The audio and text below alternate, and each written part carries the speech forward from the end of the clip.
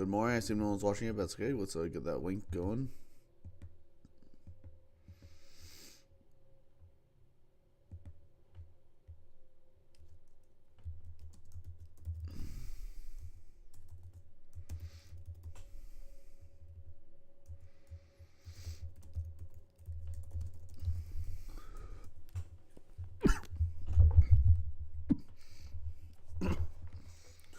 Good morning. Let's start getting set up.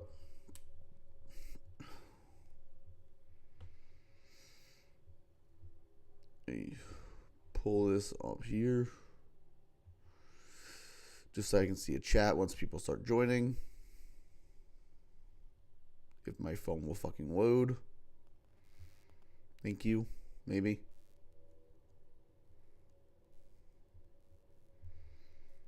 My phone is really not wanting to. Oh, there we go. As always, I'm going to give a few minutes for people to hop on in. I assume it's just last night we were also having problems with my phone keeping up, so I assume it's just my phone still being ass and apartment Wi-Fi sucking. So I'm just going to give a few minutes here, and then we'll get started probably around 10:37 or 10:38.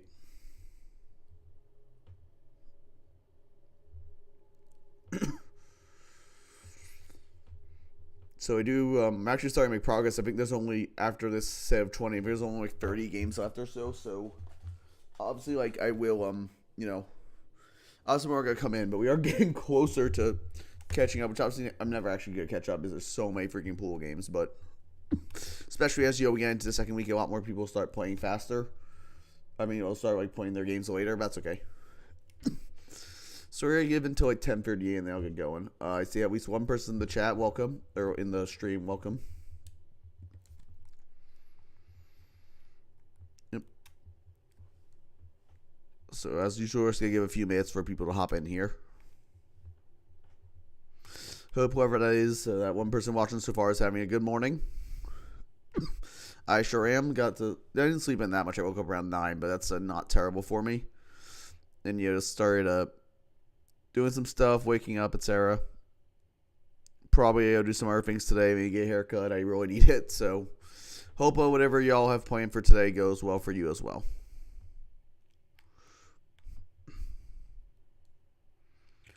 And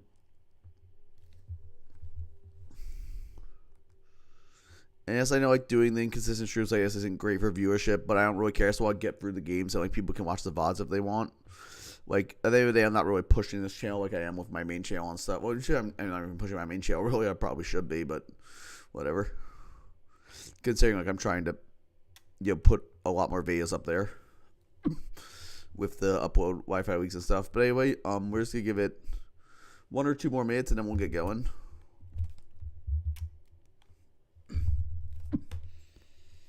Maybe I'll have a co-host join for once. We'll see. I don't know. I think my co-hosts just actually have lives, unlike me, so that makes sense. Yep.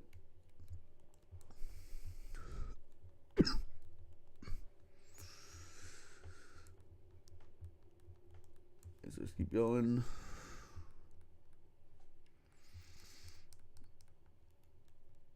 We are definitely going to we're starting to see people confirming into brackets now, of course. I mean, a lot of which aren't from necessarily this set of games, but like total. But we are starting to see people confirming their spots in brackets, which is exciting. We even see a few Frios who are possibly going to get buys. I would say likely, but it's not guaranteed, of course, just based on numbers who move on, which we cannot really determine yet. So we're going to have to wait and see on that. Yeah, we'll just have to wait and see on seeing what happens there.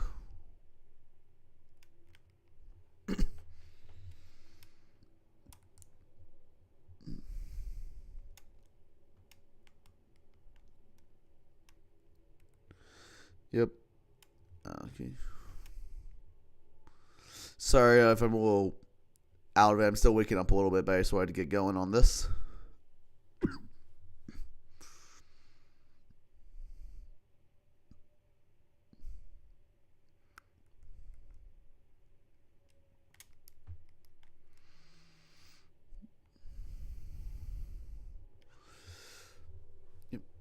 I will get started in a couple seconds. I'm just going to finish something up real quick I'm doing.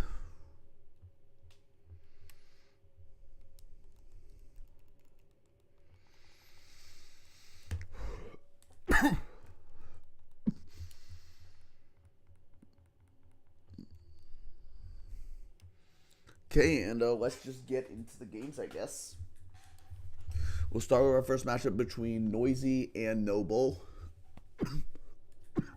Two players I don't recognize, but obviously can't make a name for themselves in your tournament. And I am noticing we have a Rotom Appliance mirror. I did choose two separate ones just for what I thought was pretty good here. I thought Noisy, the Rotom Heat made sense. Honestly, I don't think Rotom's going to run its coverage move here, but if it's going to run something, it'll probably run Overheat for the Roselia maybe, but realistically, Rotom doesn't really need it. Shadow Ball does enough to Flygon, forces out with Will-O-Wisp anyway. On Noble's side, I mean, there's a couple options. I really liked Rotom Frost because it does smack the Breloom and the Donphan in one slot, even if it's Altaria, that's especially defensive. But realistically, honestly, I don't think either Rotom really needs to run its coverage moves in this game, so the choice of appliances on here is kind of irrelevant.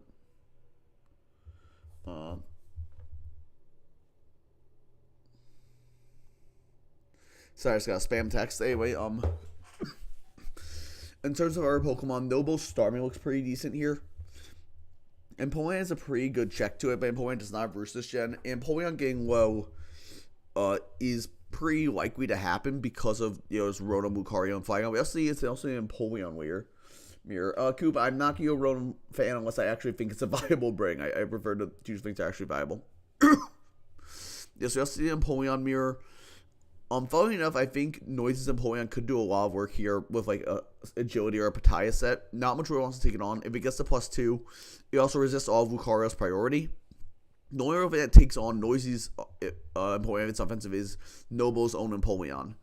But Noble's Empoleon is also going to be tasked with checking the Suicune. I mean, Air Slash for Breloom would not be terrible, I'll be honest. But but yeah, I think this Empoleon on Noisy's side definitely has a chance to do some work. The Flygon on Noble's side can definitely do some good things in the late game. You have to wear down the Empoleon, but you can spam Dragon Boost pretty freely. Obviously, you have to watch out for Ice Shard for Donphan and Ice Beam for Suicune when they live a hit. But with a sufficient chip, this Flygon can definitely clean up in the end game. Excuse me. Noisy Suicune looking quite strong. Not a ton wants to take it on or break it down. Roar Empoleon on Noble's side is going to be pretty much a necessity bring here. I don't see anything else you can do about this Suicune. You just need to force it out, take hazards, and try and knock it out in the end game. Yeah, I mean, Firewave Air Slash would be kind of funny. But anyway, Noble's Lucario is also very strong. Only fighting resist is the Rotom, which is going to be a bit pressured by some of his other Pokemon, such as the Starmie and the Flygon. So if Lucario can get up a Swords Dance in the late game, it can be very strong here. He also outspeeds most of the team, which is really big. There is the Ninetales, but Ninetales will fall over to +2 E-Speed, as will Ambipom. Neither of them really have the bulk for it. I know this is a tough one. I think I lean Noble on the matchup here, but it's pretty even. Both sides have really strong threats the air can't deal with. I didn't even mention that Breloom's really strong here too, but Roselia can take the Spore and Natural Cure out. Okay, let's get into the game here. Noisy on the left, Noble on the right with a neat custom avatar from Noisy's side, so they must be at least DC of the game if they have an avatar. We're going to see a turn 1 Lucario substitute as Rotom's going to Will-O-Wisp. And Lucario's going to be able to be special, quick Dark Pulse, and just get that flinch on turn 1, putting this Rotom really low and keeping the substitute up. Breloom's going to come in here to get a Toxic Orb, but obviously Lucario can just fire via attack here. It's good, quick Aura Smash could do a ton. Oh, that's just going to knock out Breloom straight up. Wow. I did not think that would knock out based on a Dark Pulse damage. It may have been a damage roll. But anyway, in comes the Ninetales, frightens it out, clicks Flamethrower, does virtually nothing to Starmie. And Starmie is going to scout for the Energy Ball, makes sense. This thing could be a Asho. Spin F Drop does put Flygon in range of eventually NHP Ice. It's going to U-turn out unless Ninetales protects the Scout the choice move. In comes Empoleon. Energy Ball is going to do virtually nothing. Ninetales is pretty weak offensively. In comes the Rotom on the rocks. Bull is going to switch out into his own Rotom and get paralyzed for his troubles from the Thunderbolt. But Noisy is going to switch out. Now I take a Shadow Ball here, as Noble's going to double into Kangaskhan. Back out into the Rotom to take the fake out, take no damage here. It's going to quick Pursuit, and oh my god, that did so much damage. Ambipom's going to go down though, but Technician Pursuit does a lot. That's an offensive Rotom, clearly, with the Life Orb. Makes sense. I did actually call it Frost. I think this is the first time I posted Frost, actually got it right. Starmie's going to come in on the rocks. Quick Surf on Donphan. Donphan's going to Earthquake, though. That's going to do a good chunk. Stormy can knock it out or quick recover. Stormy's going to quick recover here as Donphan continues cooking Earthquake to keep it low. Stormy will just have to knock out this Donphan eventually, yeah. And it's not getting a chance to spin right here. Those rocks are going to stay up for now. In comes the Rotom on the Starmie. We see Kangaskhan come in. It is likely going to take that pretty easily. Yeah, it's definitely a fire Kangaskhan. Go a quick scrappy double edge. It's Kangaskhan's one of the only Pokemon with scrappy in this generation. Being able to hit ghost types is really nice. Rotom is going to be the sack to the Ninetales Flamethrower.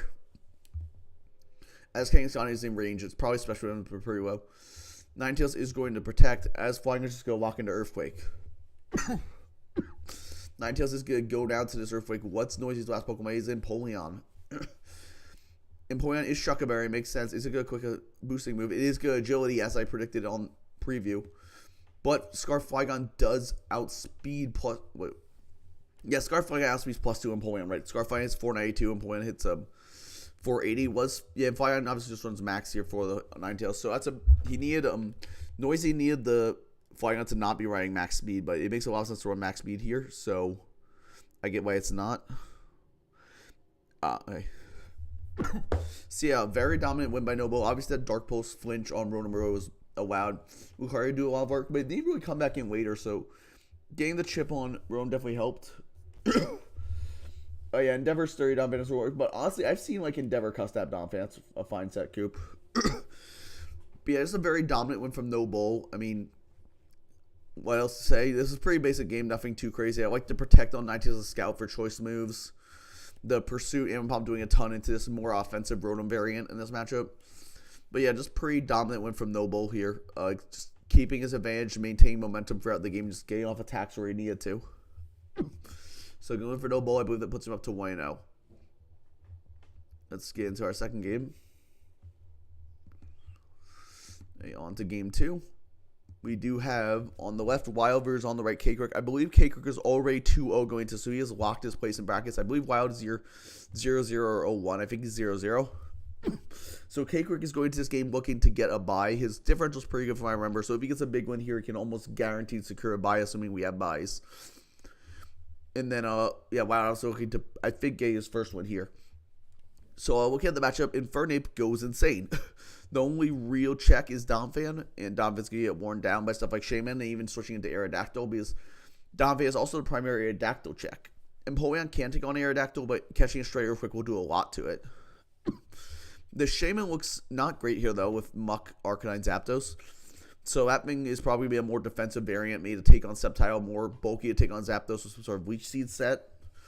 And Cakerik's Snorlax also looks very strong. I feel like you don't even run Curse here. I feel you just run like a attacking set, just like hit, return. And then if you're calling the Arcanine hit Earthquake, do good chip to it. And with that plus Rocks is going to be forced to Morning Sun when you gain your Aerodactyl for free and fire off a big attack. On a Wild side, we do see this Azelf looking decent. But the combination of Pursuit, Aerodactyl, Pursuit, Snorlax, and a Registeel is going to make it a bit difficult to make progress with it. I actually really like this Sceptiles matchup here. Yes, Shaman does kind of hard wall it, but other than that, if you can break that down, which you do have a Pokemon like Zapdos, which will pressure it, Sceptile could definitely do work in this end game. And in fact, Wild's Arcanine's pretty good here, because it does get close combat in this generation, so if he decides to slot that in, it can do a ton of damage to Snorlax. Qwilfish just kind of stuff it, because no Wild Charge or Psychic Fangs or anything like that. But Qwilfish is fodder for stuff like Zapdos and Azelf, and even Empoleon. I will say Donphan's a pretty good spinner into the Dusclops. Coop, the last day I believe is the the last day for matches is the 16th. Sunday the 16th is the last day matches can be played. So Qwilfish's spikes might be a little hard to keep up because Donphan can do a lot of damage into his Dusclops. Whereas a Cakerik spinner, Sand Slash, there's no Ghost type, so if he does worry about rocks, he can spin them. But also, I don't think rocks are that big a deal outside maybe the Aerodactyl. But Sand Slash is kind of crap here outside the Zapdos, so I don't know if he even comes. But yeah, let's get into the game. I think I do give the matchup to Cakerik here. So you see on the lead, Wild Wing, Empoleon, Cakerik Wing, Registeel. Empoleon is going to switch out into Donphan on the rocks. Cakerik's just going to go Dusclops. Rock Slide calling me an Aerodactyl switch, but that's going to bounce off this Dusclops. Earthquake doing 33, but that's a very fat Dusclops, and it's going to burn the Donphan here. This Donphan is just not going to get spins off the rest of the game pretty much now. Gunk Shot going for the poison. But Gunk Shot's only 100 base power this gen. Even with the crit, that does virtually nothing. It's a higher base power at 70 accuracy. Gunk Shot's a really bad move in Gen 4. Gets buffed later, but yeah, in Gen 4, Gunk Shot's really bad. Again, it's his best way to hit the Shaman, but still. Snorlax comes in, as Zapdos is going to set up a substitute, so that's quite strong. What Zapdos going to do is just go quick Toxic and miss on the Snorlax, and Snorlax can just break the sub with return. That's unfortunate, but the Snorlax very well could be immunity. Let's look at the matchup real quick. So back at the matchup, yeah, Snorlax is definitely immunity. I don't think you ever run Thick Fat when Arcanine just gets fighting coverage anyway and can burn you. So that Toxic miss probably did not matter. It's probably just immunity. Zapdos go Roost, but Snorlax is going to quick fucking Banded return to 76. Since Zapdos is virtually dead now because there's no way Dominant's going to be able to spin. Return does 49 to Empoleon. Empoleon's going to quick HP fighting of all things, but Return's going to do a ton. It can't fire for our hit, but Empoleon's going to go down here. Yeah, Empoleon goes down. This Bandit Snorlax doing a ton of work. This thing hits so hard. Azelf comes in and out goes Snorlax. Registeel comes in on the U-turn. What's going to come in here? It's Sceptile, but Sceptile can't frighten this too hard. And Registeel can just boom if he really wants to, or at T-Wave. Registeel is going to just Seismic Toss as the Sceptile Swords dances. So, K-Crew's just going to call the Earthquake and go into Aerodactyl. Very good. And Aerodactyl can just outspeed this thing and knock it out with Stone Edge, yeah. Sceptile achieving literally nothing. In comes the Donphan. This thing's burned. It doesn't do much to anything anymore. Dusclops is going to come in. It's going to try and spin, but it's a little too late with that burn. It can't even frighten the Dusclops anymore. This Zapdos is also in Rock's range. Earthquake doing only 15 to the Dusclops. Seismic Toss getting some more chip. And Donphan is going to try for an Earthquake crit. That's not going to do much even if it does. Seismic Toss taking down the Donphan. And K-Crew's in an incredibly dominant position at this point. Arcanine is going to come in, take those rocks. Good Flamethrower, but yeah, that definitely does not knock out the Dusclops. And it's just going to quick rest. I don't think you can even break this Dusclops anymore. I think this Dusclops might just win the game on its own. Flamethrower only doing 30. Dusclops just going to rest here. It's going to quick Sleep Talk. It's going to will the Arcanine. If this Arcanine was Flash Fire following enough, that would have made Flamethrower start doing a lot more damage, but it is not. Arcanine's going to will me calling the switch, but it's just going to pull Sleep Talk rest again. Following up, let's real quick. I mean, I guess you always run Intimidate here into Infernape and Snorlax, but would have been very funny if he was Flash Fire and the Will procced it. Flavor is going to do virtually nothing. Dusclops is going to wake up and just Seismic Toss here. Arcanine might be packing Morning Side. Probably isn't as leftovers and will. So this could be a long game, but Dusclops probably wins this 1v1 just on PP alone because Morning Side only has APP in this generation. Oh, and Jero. Flavor doing 33. Dusclops continuing to rest. He's not pulling any Seismic Tosses yet, so this Arcanine is healing a lot of health back, but let's skip for his 1v1 a bit. Yeah, this Dusclops looking really strong here. Aim power. Arcanine also want to save Flamethrower BP. The Aerodactyl coming in on the Flamethrower. No burn. This Aerodactyl's in a prime position. You just win the game. Sacking the Zapdos to rocks, you pretty much have to. Earthquake. In comes Azelf. Azelf can maybe try and make some progress, but it's going to be tough. Aerodactyl's pursuing. I doubt Azelf. Oh, yeah, Zanabot doesn't knock out. And Aero's just going to clean up the game. Pursuit. Then surely Arcanine is in Earthquake range at 35.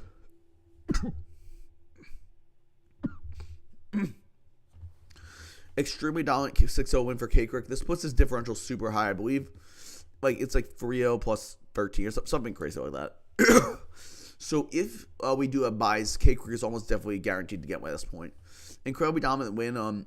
Getting that burn on Dusclops early was huge. I mean, on Donphan early was huge. Meant it just couldn't spin, and Zapdos was pretty much neutered. Arcanine was low. And then playing around that Sceptile really well, going hard into Arrow on the Earthquake was very good. I mean, it was just a masterclass. Like, K-Krick read everything Wild do, and pretty much just got every play right. Like, not much else to say. Like, just very well played by K-Krick. Let's get into our next game here.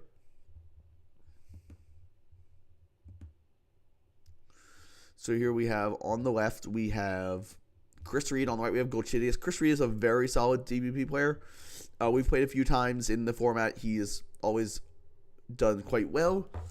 And Gochidius, I believe, is 0-1. So Gochidius will be fighting for his tournament life here. I believe this is Chris Reed's first game of the tournament. So going straight into the matchup, this Zapdos on Gochidius' side is a huge threat. Piloswine probably has to come to try and check it. Maybe the Megaim. I feel like Piloswine might be forced in this matchup for that. but Piloswine does not love the prospect of a Heatran. I would say Piloswine actually looks pretty decent here. It's the rest of the team. Can take on Rhyperior, okay. Without the, Evaluate doesn't love taking Heat Wave from Zapdos, but it can probably take one if you invest. And your Toxic will do a ton back with Stone Edge or Ice Fang. But yeah, this Zapdos will go to your site a huge freaking problem. On the other hand, Chris Reed's Kingdra goes bonkers. It runs Giant. You always run Giant Ants here. I mean, it's a Blissey and a Slowking. And the only outrage switching really is the Heatran. And, you know, if you ever call that with a Larval, it just dies. On top of that, Heatran's going to be pretty pressured taking on Azelf. The only Pokemon that really takes on Azelf is Blissey, but I think Azelf probably runs Physical or Mixed here. I could even see running double Psychic Stab with both Zen Headbutt and Psychic. So you can hit both the Donphan Rhyperior and the Blissey really hard. Yeah, this Gochea's team is incredibly slow. Heatran's the second fastest Pokemon. So Azelf and Crobat both outspeed everything. And while Crobat can't force that much progress, it can U-turn around and get in the Kingdra and the Azelf and do a ton of work. Metagross is pretty solid here. I mean, it's a Metagross. It's never going to have a bad matchup. Like, even if it's Zapdos, Heatran, Donphan, like Slowking, Metagross is still going to do something. It's a Metagross. Gochea's aside, we do see the Heatran looks pretty good, but it's really slow. It's going to be hard for it to do progress. I think the Heatran is going to be forced into Scarf in this game, but that gives Kingdra potentially 3 turns to just set up the Rain or the Dragon Dance and just go to town. I do think an offensive Rhyperior from Gochea's would be very smart. Bring me a Rock Polish set. Hits the team really, really hard. I mean, the only thing that really wants to even take that on is Meganium. If it's packing Mega Horn, like, that's going to do a ton of damage. So that's probably Gochea's main out, but it's going to be hard to get it set up. I guess I'm on Crobat or Drapion. You can try and set up with the Rhyperior. But honestly, Crobat, if it wants to, can pack Giga Drain here. Like, it's not bad. It hits the Rhyperior really hard. Does good damage to Donphan. Heals up a bit. Donphan can't do that much back to you. Unless it's packing, like, Head Smash. Or Stone Edge. So, yeah, I don't know. This match was very heavily in Chris Reed's favor. I think I mean, outside, like, the Zapdos on Gochea's side, I guess Zapdos and Heatran are okay, but, I mean, Azelf and Kingdra are just so strong here. I have to give this matchup to Chris Reed. Let's hop into the game. See, on the left, Chris. On the right, Gochea's. Kabutops lead into Zapdos, and Kabutops is going to be Sash. Take the Thunderbolt. Is it going to knock out Zapdos' turn with Rock move? No, it's going to run Rock Slide over Stone Edge and not pick up the knockout. In comes Slowking and Piloswine. Good switch out by Gochea's. Both checks the Kabutops and can hit that. But Meganium's got a quick Swords Dance. He's going to get paralyzed for his trouble. But it's running a One Berry. Oh my god. What's even this thing's Grass Stab? I don't know. It just clicks Earthquake and knocks out the Heatran on the switch. I don't even know what this thing's Grass Stab is in this gen. Heat Wave is going to miss. Oh no, that's really bad. This C-Bomb's going to knock out. Gochea's really needed that chip damage. In comes the Blissey. I guess Blissey. Oh, it's running counter. Wow. Kabutops is going to come in. He can just click the Rock move or Superpower here and do virtually nothing as Slowking, but that forces out the Blissey, of course.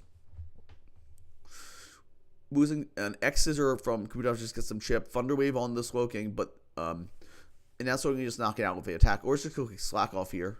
But X Scissor is good. Keep the Slowking low. I think Slowking just has to attack it, except it's going to be at 80. It's just going to slack off again. You're risking a crit here. Obviously, you're going for a para as well, but I don't really get this. You just knock out the Kabutops. There's no reason to not keep slacking off there. Azelf comes in. Rhyperior's going to go be the switch. As Azelf U-turns, I assume, into Kingdra, yeah. This is going to come in, but it's very obviously a Dragon Dance Kingdra here. Just got a quick Dragon Dance, and it's Dragon Dance the same time as Kingdra. Thunder Wave is it One Berry? Is not One Berry. So Kingdra's actually only at half speed right now. It's going to get fully paralyzed. This Donphan will outspeed. Earthquake will do a little under half. Kingdra's just going to outrage though. That's not going to KO the Donphan. Donphan can Earthquake again. If Kingdra is paralyzed here, is not good. And Kingdra's going to get paralyzed. Oh god. That's very unfortunate considering the Heat Wave miss. Yes, kind of how it goes. Donphan is going to take out the Kingdra. Not something you see every day. Meganium's going to come in and it can just Seed Bomb doing 27 to the Blissey, but it can start Swords Dancing here if it wants to. Instead, Chris Reed is going to go out to Piloswine as Slowking comes in. Piloswine's going to get up the rocks. Slowking just clicks Ice Beam for a little bit of chip. 30% is not balanced Piloswine though. Drapion's going to come in on the obvious Surf, take 45. That's a pretty offensive Drapion. It's going to crunch, do half to this Slowking. Slowking is going to paralyze the Drapion, though. Yeah, Chesto Rest is really good on Kingdra. I agree. Especially on Dragon Dance sets. Anyway, we see Slack Off and Crunch, but this Crunch is doing over 50. Slowking will eventually have to just attack. It's going to Thunder Wave, though. Dryban gets paralyzed, but you are forced out. You're in range of another crunch. In comes Meganium, presumably calling her up here. The Slowking's actually going to stay in despite being in range of another crunch. That's crazy. In comes Blissey as the Meganium quick seed bomb. Meganium is going to switch back out into Piloswine as Blissey soft boiled. Piloswine is going to click the superpower, doing a ton of damage to Blissey here. 69 as Blissey's going to knock out with counter, but this Blissey's now super low, down to 37%. Meganium can Source Dance here as Blissey's obviously going to Thunder Wave, but Meganium's looking very strong in this endgame. Blissey's going to soft boil. What's Meganium going to click? I assume C-Bomb, yeah, do 50. He's going to click Source Dance again as Blissey tries to counter, but now it's in range. Blissey can't soft boil, but C-Bomb's going to be doing way too much damage. He has 78 here. Hey, Chris, yeah, you did join for your game. Very convenient timing. We do see the Meganium get paralyzed, giving the Blissey a chance to soft boil it up, but here comes the Slowking. He's just going to, never mind, Meganium's going to get paralyzed. Ice Beam's going to come out, do a ton of damage to the Meganium. Will it get off the C-Bomb? It will, knocking out this Slowking. Rhyperior comes in. It's going to quick substitute. I just try and fish for the paralysis, but C-Bomb is going to break that. Stone Edge is going to miss those. Meganium is super evasive. It dodges the Zapdos Heat Wave and the Rhyperior Stone Edge. What a turn of events. And they're just going to win. I mean, I guess Blissey can counter, but is Blissey not... Yes, presumably not running Seismic Toss. I wish we would have clicked it there. C-Bomb is not going to knock out counter, but like it's a low 2-way. I'm pretty sure Azelf just wins at this point. Azelf Psychic does do the opposite 11 to Blissey. He chokes so hard, yeah, Power is really annoying. Psychic is going to knock out the non-fan, yeah. Yep, so Chris is going to move up to 1-0. Goche is going, I believe that knocks Goche out of the tournament. Yeah, he kept like going for the power strats, like with the, specifically with the, going for full powers. Like he kept staying with Slowking on Pokemon that would have knocked it out, and he just like got the powers and it survived. Like that was pretty unfortunate. Like just seeing like, repeat, like it's staying him at -1 defense on Drapion was wild when Crunch obviously knocks it out there. The misses on Meganium were obviously big, dodging both Heat Wave and Stone Edge, giving him did a ton of work this game. But yeah, also the lead with Kabuto scaling off that huge down on Zapdos turn 1 was also really big. Yeah, I mean Blissey could. I don't think Blissey could have done it. It would need if Blissey had like an attack move like Seismic Toss, maybe it could have done it, but I don't think so. But yeah, very cool Meganium set. Good win by Chris. Just like nothing too crazy. I like the double Lumberry, expecting the power spam. Very heads up. This team does have a lot of like power between eventually Zapdos, Slowking, Blissey, and even like Willis from Heatran. The Earthquake calling the Heatran switch was a big play, just getting that knockout straight up, taking out one of the bigger threats. Yeah, just a very well played game by Chris. A little bit haxy on both sides with the powers and the misses, but I think it more or less balances out. Very well done and very nice Meganium set. And now we oh well, what shit I left this on the last turn. Fuck. Well, I guess we know how it ends. I normally I go back to turn 1. Fuck. Well, that's unfortunate. I just spoiled the game. I guess we'll watch it and see how it got to that point. My apologies, everyone. I normally go back to turn 1 after I check to put the result on the dock, and that's my fault. Anyway, let's go into actual game now in the matchup. So we have Mayo versus Chris Reed here. Chris Reed was just his first game going up to 1-0. Mayo is also 1-0 at this point. Actually, it might be 2-0. I think he's 1-0 though. Mayo, we do know he's a very strong Spogon player. Actually, no, I think Mayo... Did Mayo... No. I think Mayo... No, I'm thinking of someone else. Mayo did win his first game. I think it was someone else who was a really good Spogon player got upset. So looking into the matchup here, Chris pulling in Infernape is a bit rough for his team. He was 2-0. Gotcha. Thank you, Chris. Thank you. So Mayo has already clinched brackets, but he is looking for that bye, obviously. Getting that bye into top 64 would be really, really big. And Mayo's Infernape looking very strong here. He'd be Olivia. Olivia dropped. She didn't tell me she dropped shit. Well, I'm going to look for a replacement then, but she did not tell me that she dropped out. That's annoying. But anyway, we do see Mayo. So we see the Infernape doing a lot of work here. And then, we see the Infernape doing a lot of work here. The Kingdra looks pretty decent, but Celebi, Rage are good checks. All right, give me 1 second.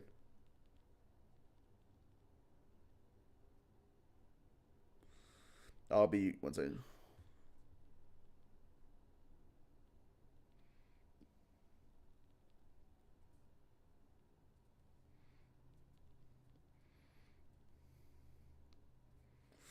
Sorry about that. Okay, we are back. Yeah, Wish she had told me she was dropping, but is what it is. I'll handle that after the stream. But anyway, going into this, we see a very strong Infernape matchup and a pretty decent Gyarados matchup as well. Obviously, you do have the Meganium. Meganium is going to come here. Meganium is actually looking pretty good this matchup. Like, it can take it from Mailswine, C-Bomb, and do a ton of damage. The Metagross is not looking bad here at all. Outside the Registeel, nothing really wants to take it on. Registeel is also partially going to be needed for the Kingdra, even for a more offensive Crobat, since Braver is relatively spam with his team outside the Crobat. The Celebi looks pretty decent here, but those U-turns can do a lot of damage to it from Azelf and Crobat. We see Chris facing off against the Nurse Slowking, so this means that maybe Dragon's Kingdra again, but I feel like you just run Rain Dance here because you want the special power of Draco. So I think I am going to slightly go the matchup to Mayo here, and Frame's just really strong.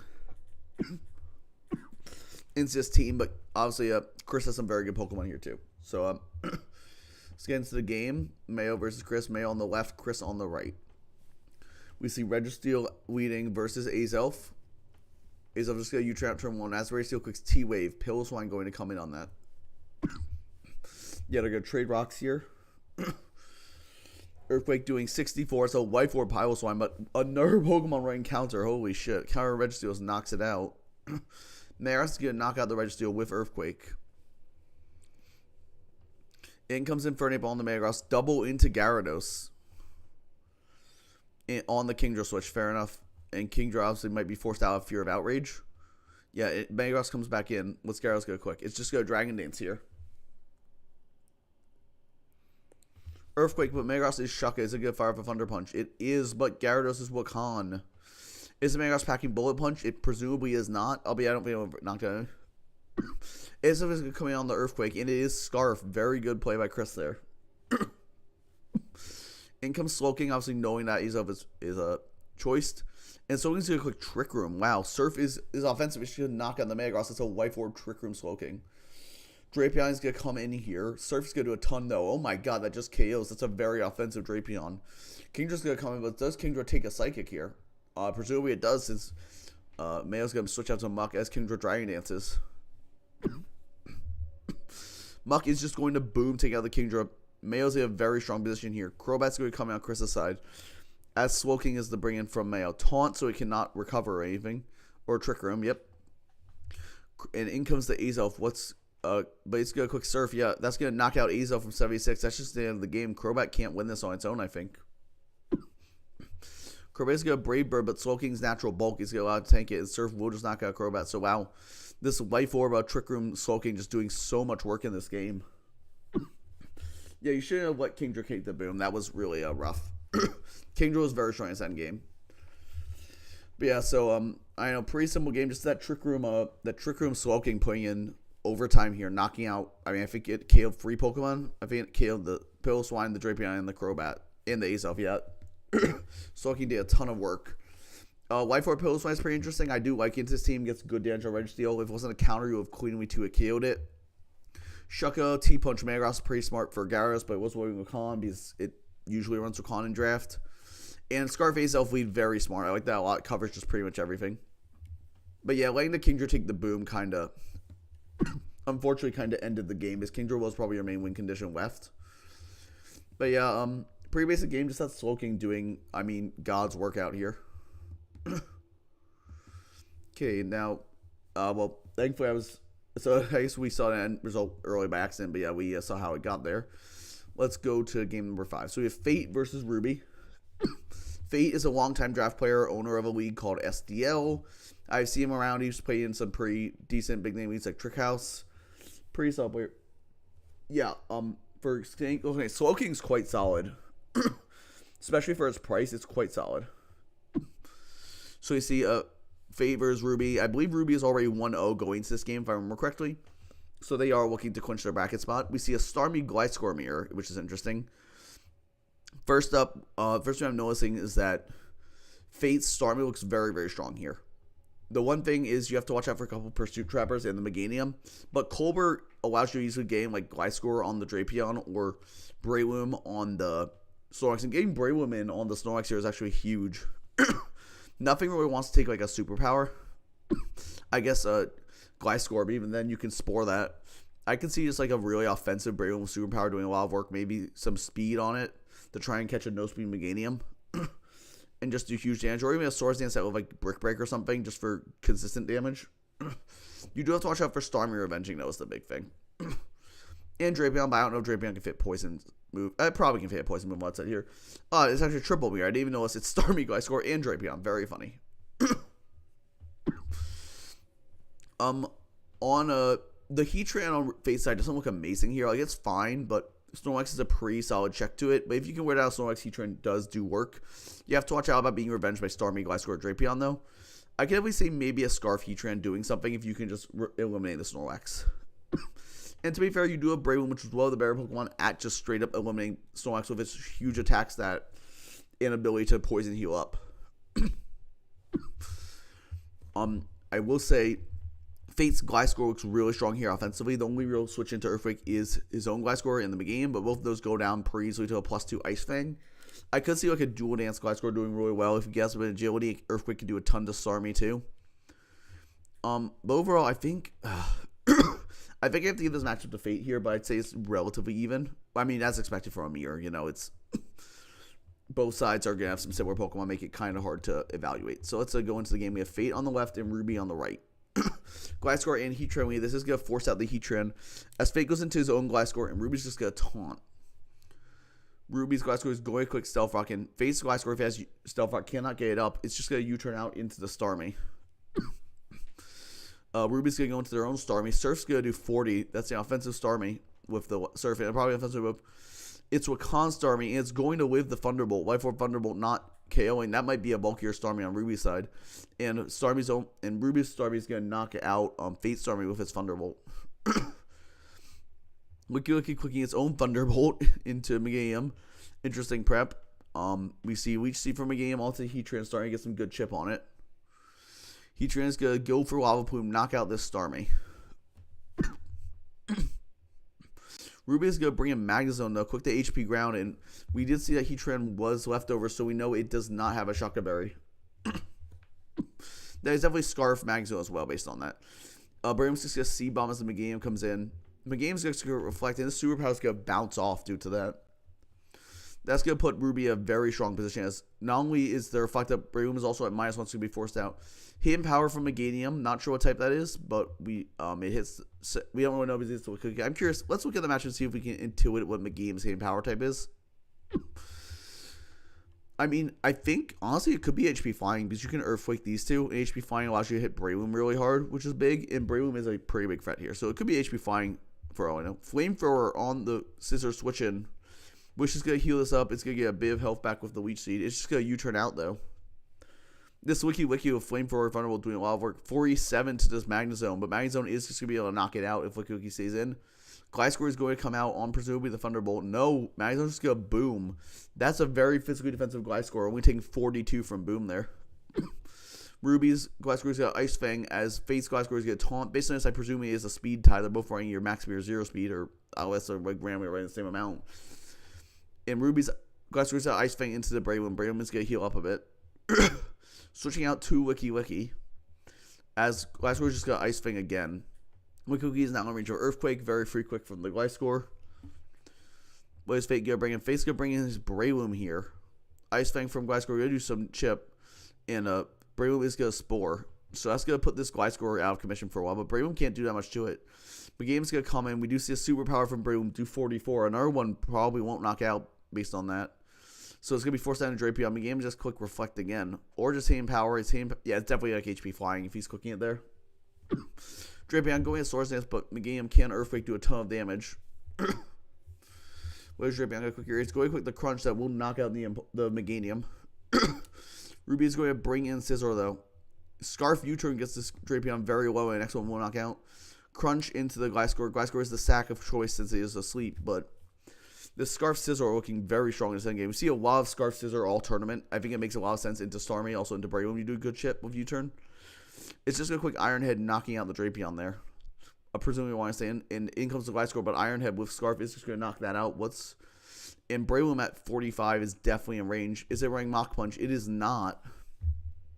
No Mach Punch on the Brave. I'm going to do Fate right there. So yeah, very interesting mirror match with Gliscor, Starmie, Drapion. We don't know what Ruby's last was. I presume it was the Drapion. I guess it could have been a... Oh, and the last was probably Snorlax. We didn't see Snorlax, so... Pretty interesting mirror there. I like the Scarf Scissor into Starmie Alive. I think that's very smart. Obviously, rank Superpower to catch Heatran potentially. Just makes a lot of sense here. This is a very interesting Wiki. Like he said, just trying to hit things. I don't really get the Thunderbolt. I guess it hits Starmie without, like, your move is like Bison or something. But honestly, maybe like even some running Power Whip. Because it does get Power Whip in this generation, I believe. And that will hit Starmie really hard. Oh, nothing else too crazy. You know, SD, Drapion's pretty standard. Breloom, nothing too crazy here. The Scarf are doing a lot of work. The HP Ground Scarf from Magneton doing a lot to taking out that Heatran or opening up Scissor for the end game is very nice. Reflect from the Meganium, correctly identifying that Fate's team is very physical heavy, and that a lot of the biggest threats that he can switch into are like Heatran and Starmie, which are special anyway. And yeah, just pretty good prep by Ruby, I'd say. Good win. I believe that does clinch Ruby for brackets. Go on to Game 6. We have Seafmon versus Espionage. Seafmon is a longtime friend of mine. I know him from a small league called APM run by my friend Jed Swarley.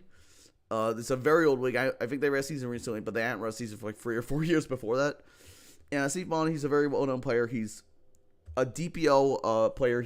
I don't know if he's been DCL, but I know he's been DPL a couple times. Has a good number of wins under his belt. Was on Team Austria when they won my old Draft League World Cup. Just a very, very good player. He's proven himself repeatedly. On the other side is Espionage, who's not as well known. However, Espionage has done really well in DDT specifically. I believe she made top 32 once, top 16 the year. I don't remember which time was which. I think it was top 16 the first time, top 32 the second time, but I might be getting mixed up. So 2 very solid players in this game, both of them having the chance to go deep in this tournament, but playing in pools. So looking at the matchup here, I will say, first off, this Celebi is very frightening. The Celebi is incredibly frightening here. Not much really wants to take it on. Earth Power, Energy Ball hits the team real hard. Obviously, it's like do a ton of different nasty things to D-Knight, be it HP Ice or T or whatever.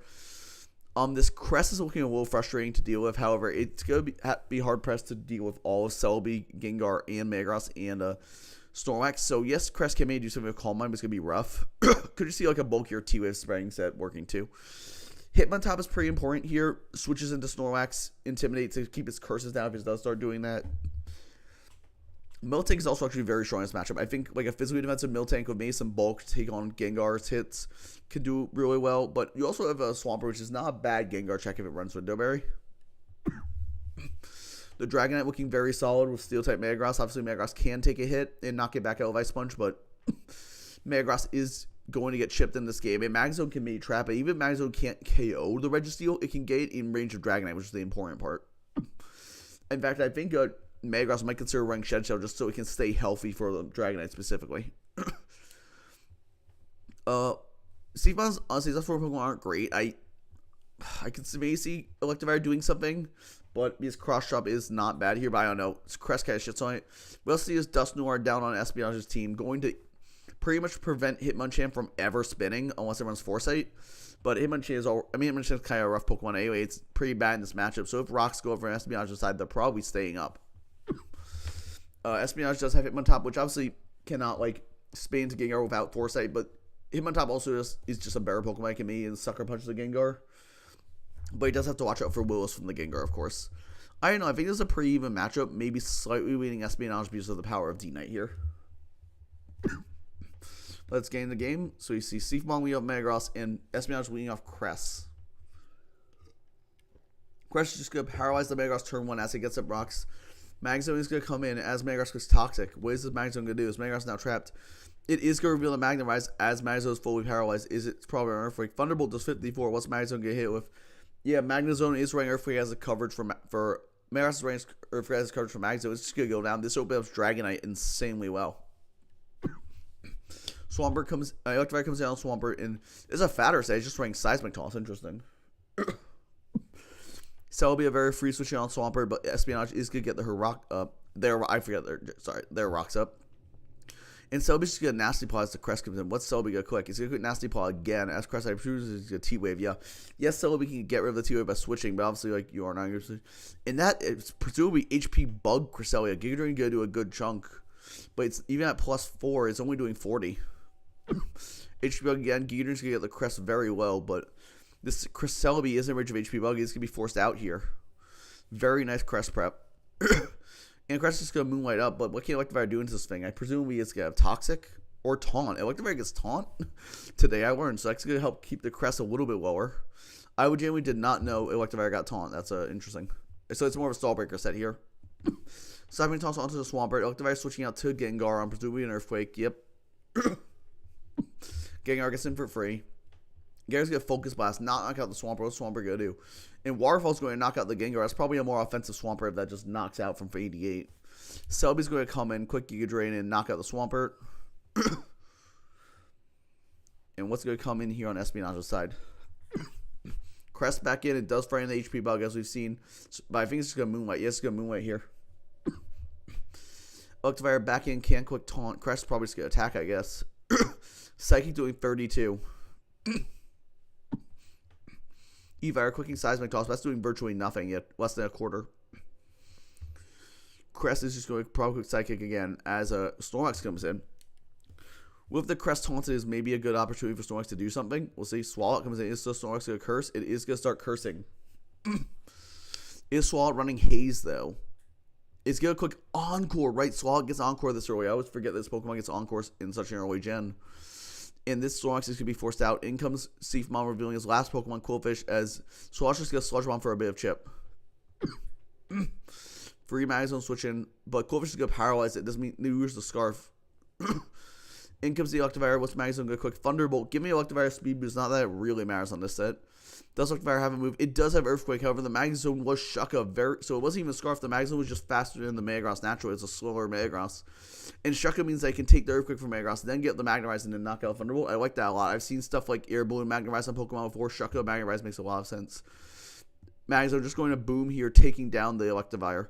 In comes Dragonite. This Dragonite's in such a strong position. It can just lock it out right, yeah. Snorlax comes in, but it's not going to enjoy taking this hit. It's going to protect, though. Just get a bit of lefties. Dragonite is going to get the free turn outrage, though. We see a lot of free turn outrage this tournament. Doing 60 to Snorlax Body Slam. Is it going to get the paralysis? It is. Dragonite is confused. It's going to be very unlikely to move now. Snorlax is going to protect. And Dragonite's going to hit up in confusion, doing half of its remaining HP. Body Slam will knock out the Dragonite. What's Espionage's last Pokemon? It is the Hitmontop. So Hitmontop can just click a fighting move here. Snorlax is going to protect. Might as well get some recovery, but close combat's going to come out. Seafmon is obviously forced into his Celebi. How much is close combat going to do? It does 28. Is Celebi running a recovery in the last slot? In comes Crest, though. What can Celebi do to this? Just a quick Psychic. Crest can just HP Bug here, though. And the Snorlax is getting very low. It's taking a lot of chip. It's going to paralyze the Snorlax, and it's probably not running Rest based on this set, so it's going to stay paralyzed. Swalot's going to come in as Snorlax gets fully paralyzed. Snorlax is paralyzed again, attempting to protect, doesn't move first. As Swalot just gets off some chip with Sludge Bomb. And Snorlax calling the boom and going to protect. I don't know if you could call it, but I just think it just wanted to protect. Then Hitmontop's going to come in here, so it's 2-2 now. Snorlax is going to protect again to stay healthy. But it's going to go down to this close combat, and Celebi is too low to switch in. Celebi now just 23, yeah. And Hitmontop is going to pick it off with Sucker Punch, winning the game for Espionage. Wild game here. I really like the wild on both sides. So Shucka, Magnetize, Magzone makes a ton of sense for the Metagross. We see the HP Bug, Crest, pinpointing Celebi is such a huge problem. Very well done. Encore Swalot checking the Snorlax. Very nice. And we just see Hitmontop clean up an endgame. A more offensive Swampert too, allowing to just straight up knock out that Gengar after rocks, which is crazy. The Taunt S-Toss Evire is interesting. I don't love it here. Like, this team has some passive pieces, but I don't think it's amazing. Nasty Paw Celebi makes a lot of sense. I do like the Giga Drain to stay healthy. It's probably not vacuum recover then. And Protect on Snorlax to try and heal up a bit makes sense. But I think this game just came down to Espionage kind of out-prepping Seafmon. This is just really well done prep on the Espionage set, and it paid off. Let's go on to our next game. Next up, we have game number 7. So we have Bidai versus Impulse.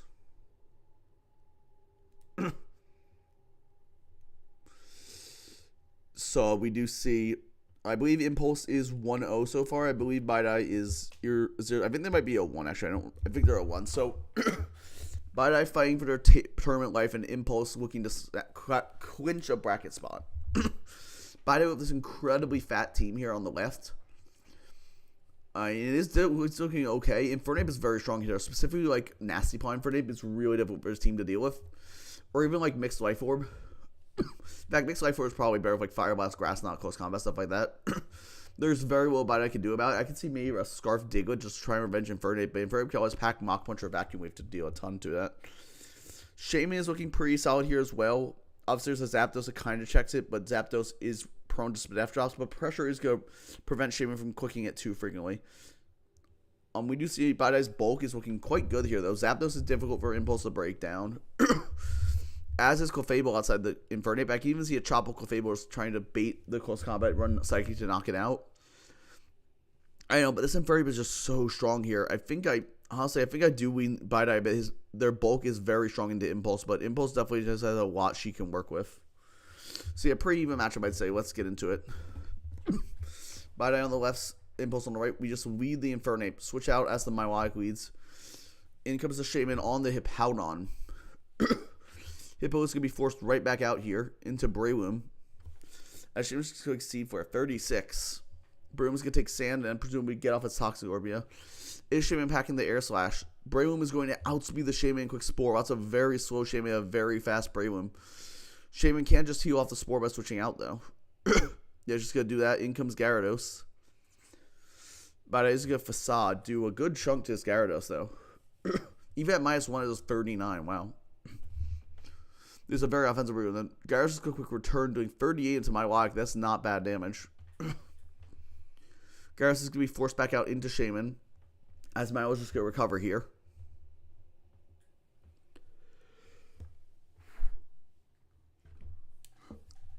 Shaman's going to see Flare, hit the Zapdos, rob his Spadef, but we do have to remember, losing the FPP is big. It's only got 5 Seed Flares left.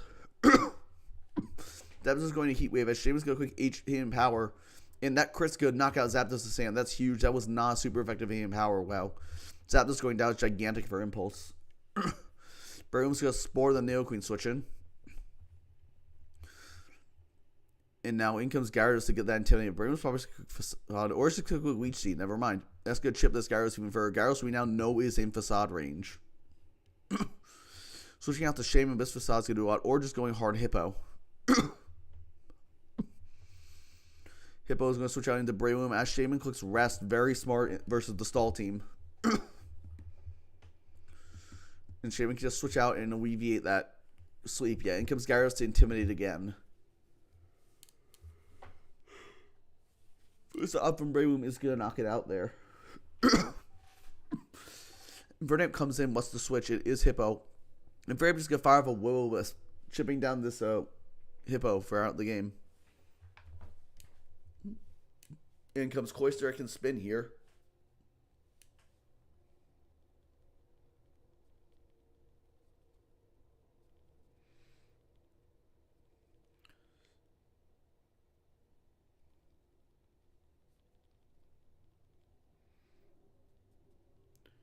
Oh, and a freeze on the course. Sorry, I'm just responding to something.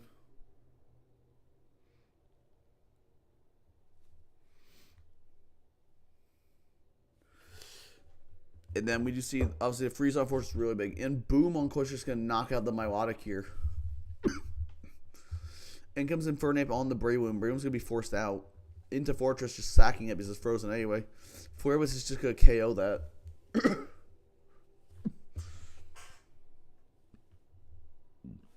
In comes the Hippowdon. Infernape's going to switch to Shaman. Hippo can't do crap to this, but Clef is going to come in. What is Clef going to do? It's probably a win con save. It's coming in so late in the game. See if we're doing 25. Clef is going to knock off. Never mind.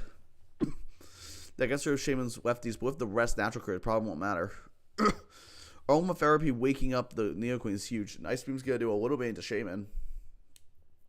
But this game is looking pretty wrapped up for Impulse, I'm not going to lie. Nidoqueen comes in on the Ice Beam, takes 42. Okay. What's Nidoqueen going to do here, though?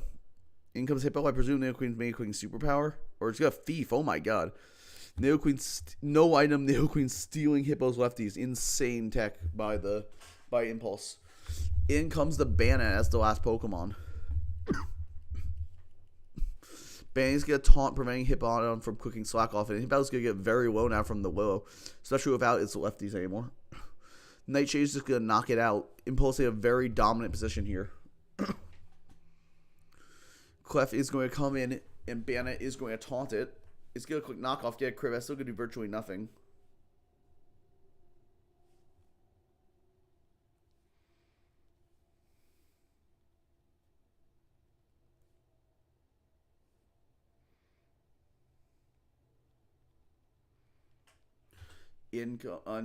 Thunder will gain the power on the Banna.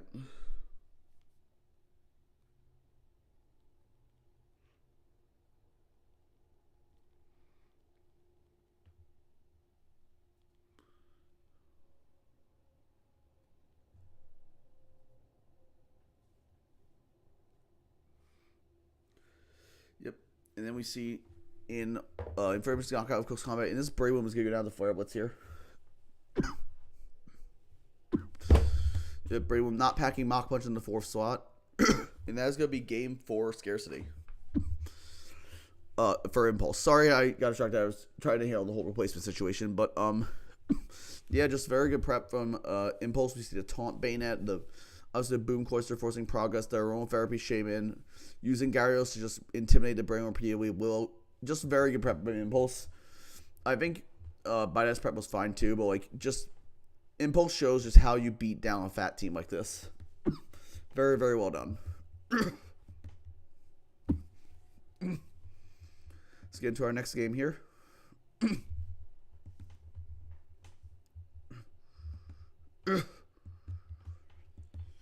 Here we do have Ace and Ball Diddleman. Guy, I have to say his name again. But anyway, Ace is already 2-0 here. Ball Diddleman is 1-0, I believe. So Ball Diddleman looking to secure the spot in brackets. Ace looking to get that bye potentially.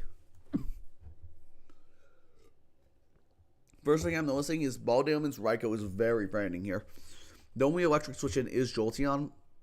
And Jolteon is not like amazing here. It's actually pretty solid, but Raikou can obviously pack HP ground pretty easily.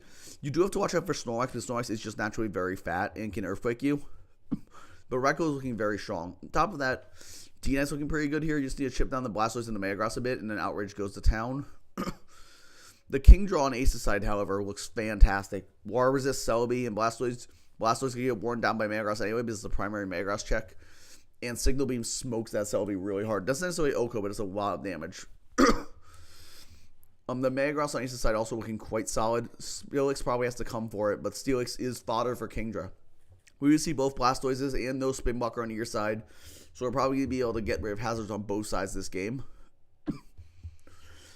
Yeah, but I think I slightly lean, I slightly lean Diddleman with the Raikou in the D-Knight, but I'd say this match was pretty even.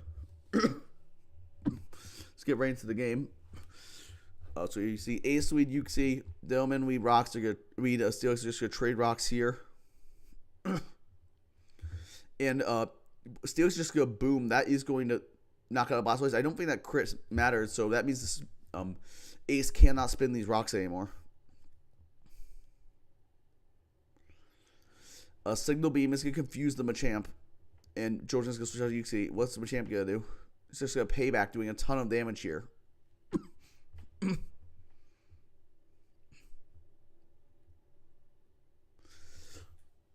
Uxie just go Rain Dance as the Celebi comes in. Quick Giga Drain.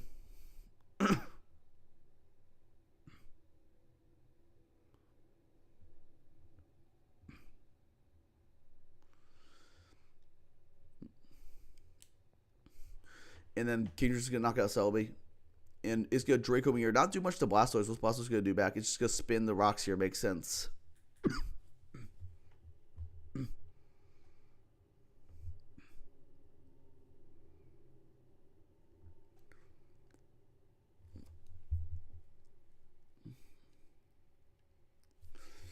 And Jordan's going to get a crit Thunderbolt on the Raikou doing tonnage. HP ground get hit it really hard. Raikou's going to Calm Mind, but it's in range of another one now.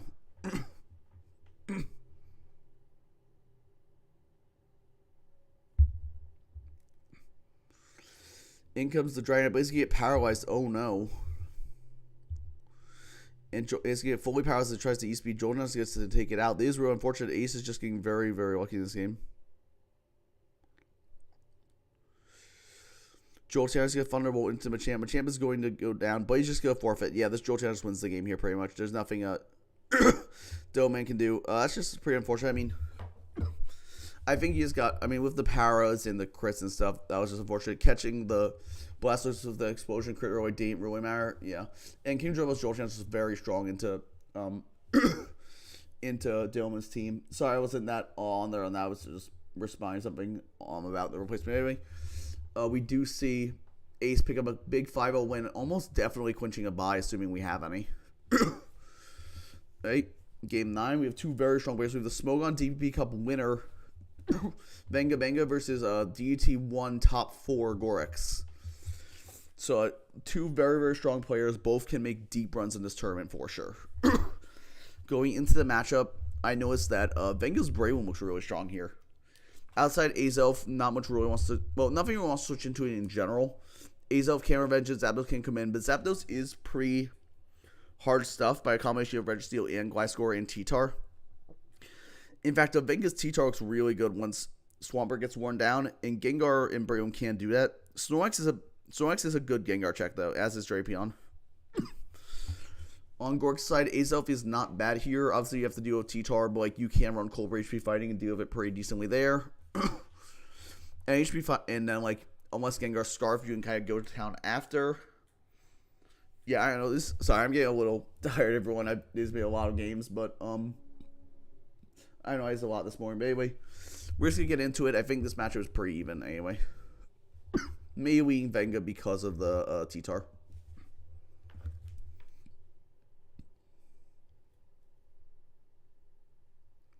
Do you see Gengar willing as the perk gets up rocks? It's just going to Shadow Ball do a ton of damage. Perk's just going to Ice Punch here. Do very well. Gengar's going to Shadow Ball as the Drapion comes in. That's, oh my god, it's a big crit. And Spadef shot means Drapion's in range of another one. Holy shit. Never mind the roll, it does not get, but Drapion's going to give a Toxic Spike here. Gengar's going to knock out the Drapion. So that's really big. Gengar's in a very strong position. Azelf's going to come in here. Go quick Zen Headbutt. That's going to bounce off the Registeel. In comes the Registeel's going to get Brock's as perk comes in. Brave One's going to come in, get poisoned, but it's probably Toxic Orb anyway. And that's and Ice Punch is going to do virtually nothing as the Swampert is burned. Superpower gives knockout that Swampert there. Venga in a quite dominant position so far.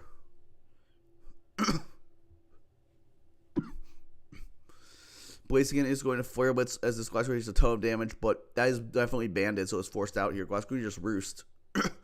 Or Storage calling Zapdos to him, but Zapdos is Charty.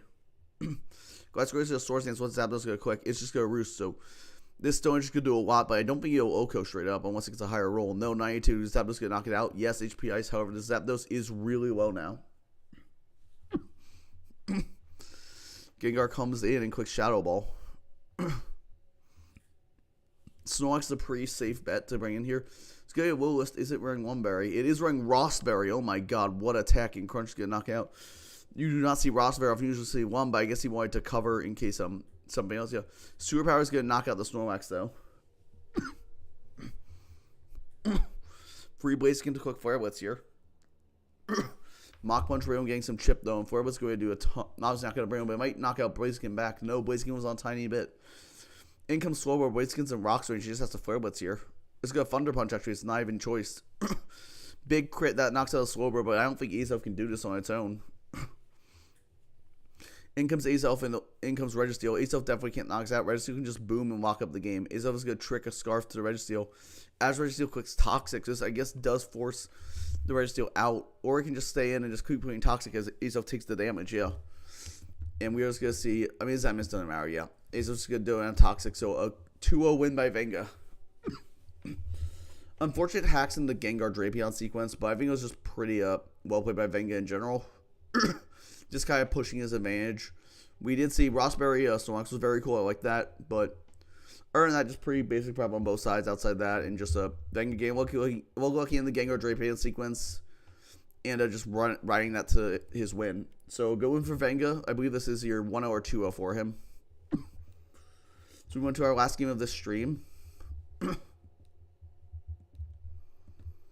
So we do have Josen versus Friday. I believe Friday is 1-0 going into this. I don't think Josen's played a game yet. He might be 0-1. I don't remember.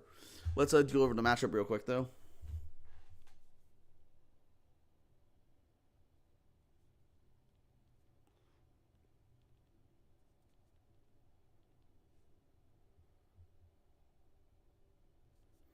I'll be 1 second.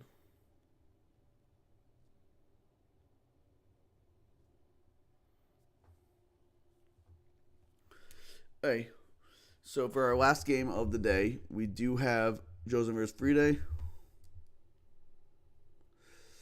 Let's get into it. So Friday is a top ADP player. He's also very good at DPP from what I've seen, and I mean I play him myself. He's very good at DPP.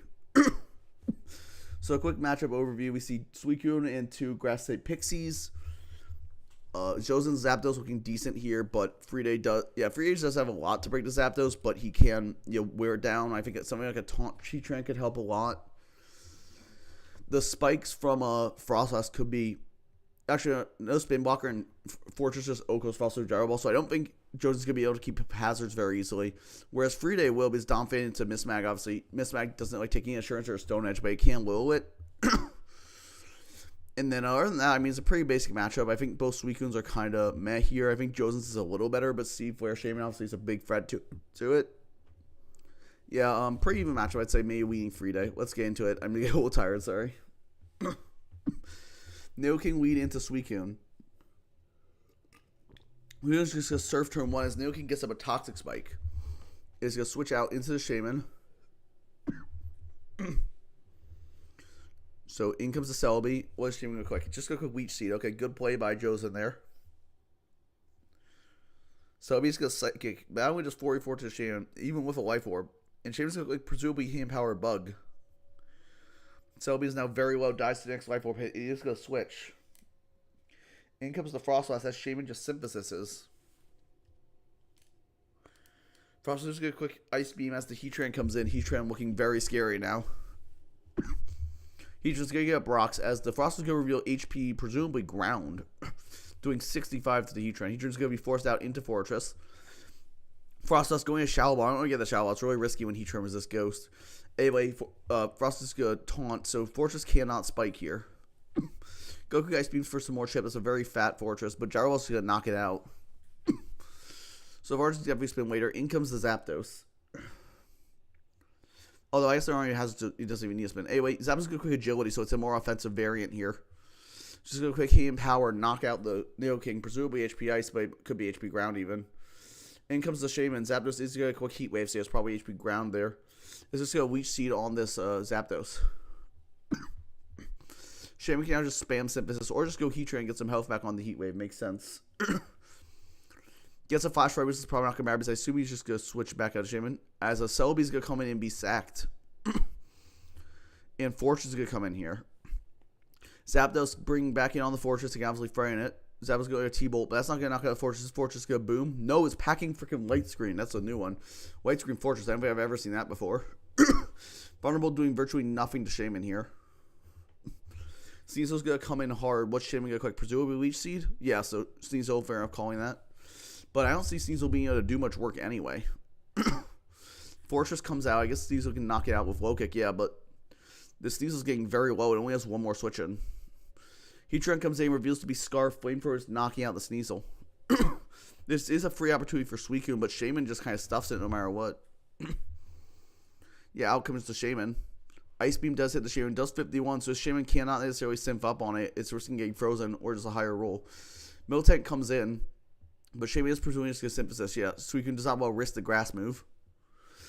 So let's see what Miltank does. Shaman is just going to Leech Seed. Miltank does not get Sap Sipper yet. As Miltank clicks Curse, it definitely has rest if it's cursing while it is poisoned. Or it may have Heal Ball, I guess, but Leech Seed's really annoying.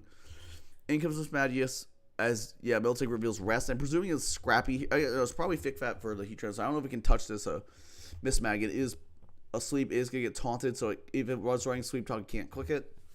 And out comes the Heatran. Now, Miltank is going to wake up this turn, but it's still taunted.